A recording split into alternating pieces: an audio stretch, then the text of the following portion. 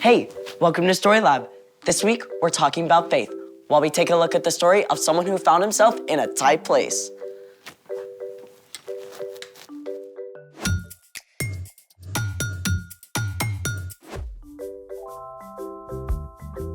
Hey, I'm Skylar. And I'm Sebastian. We're talking about faith, which is trusting in what you can't see because of what you can see.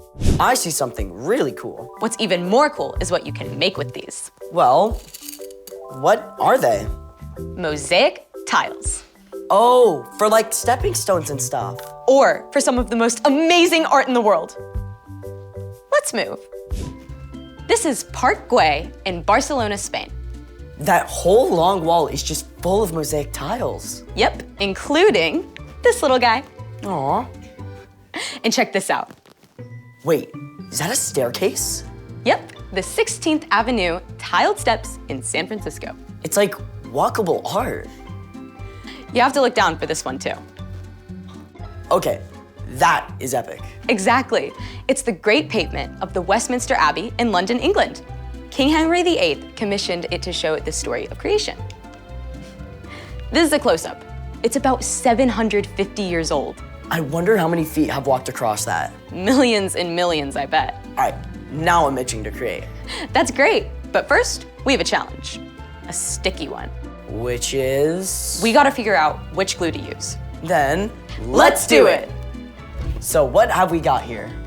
Exhibit A, your classic school glue. Exhibit B, hot glue.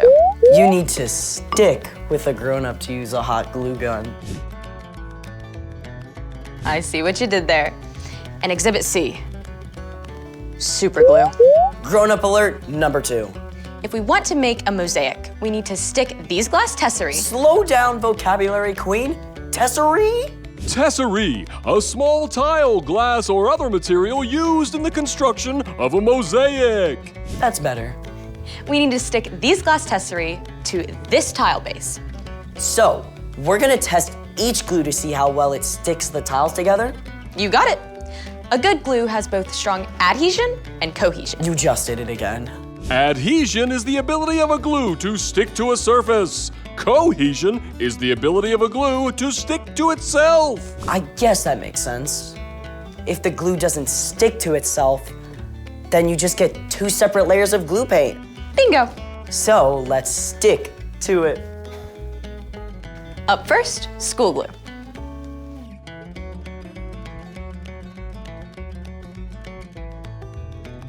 Hot glue's ready. There we go. Okay. And finally, super glue.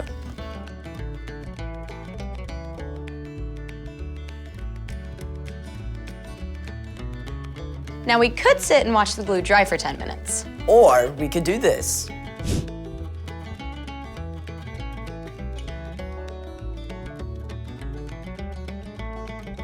Now I'm gonna see if I can pop them off with a little pressure. Nope. Oh. Nope. School glue down. We still have hot glue and super glue in the running. Now we try greater pressure to pry them off. Nope. Nope. I guess we have a tie. Looks like they both stuck it out. I'm ready to get my mosaic on. But first, it's time for... The story before the story. Today, we're in the book of Acts, which tells us the story of the early church. But before Acts, way back in the very beginning, out of a deep, deep love, God made an amazing world. But when people turned away from God, the world was broken. God made a plan to draw people back into relationship. So, at the right time, God sent Jesus, God's very own son, to live among us. Jesus gave up his life and was killed. But on the 3rd day, he rose to life. After Jesus returned to heaven, the early church grew quickly, with the help of God's Spirit. When the believers faced trouble in Jerusalem, many of them scattered to other places, taking the news of Jesus everywhere they went. But other believers still remained in Jerusalem. Which is where our story starts. Take it away. Hi everyone, I'm Erica. During this time, King Herod ruled over Judea. He was Jewish, but served the Roman government. And just like the Jewish religious leaders, he wanted to stamp out the Jesus movement. Herod even arrested the Apostle James and had him killed. When Herod saw how much this pleased the religious leaders, he sent soldiers to arrest Peter too. Now, Herod had seen strange things happen among the believers, like when Peter and the other apostles had been arrested before, they had mysteriously turned up back in the temple courts. Herod was not taking any chances. He had Peter chained up between two guards with two more guards at the door. 4 separate groups of soldiers were assigned to the job. Herod made plans to bring Peter out for a big public trial right after the Passover festival. But while Peter was stuck in prison, the other believers didn't give in to despair. Day and night, they prayed to God. Please, Jesus, save Peter. You alone have the power to free him. The night before Peter was to be put on trial, he managed to sleep. I don't know how. This cannot have been comfortable, all chained up. As Peter slept, an angel appeared, and light blazed in the dark cell. Apparently, this wasn't enough to wake Peter because the angel struck him on the side to wake him up. What? I'm awake. Quick, get up. And just like that, the chains fell off Peter's wrists. Put on your clothes and sandals. Put on your coat. Follow me.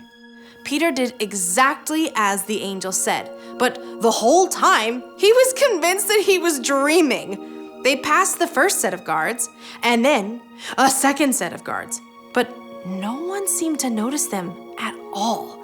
When Peter and the angel arrived at the heavy iron bars leading into the city, the gate opened, seemingly all by itself.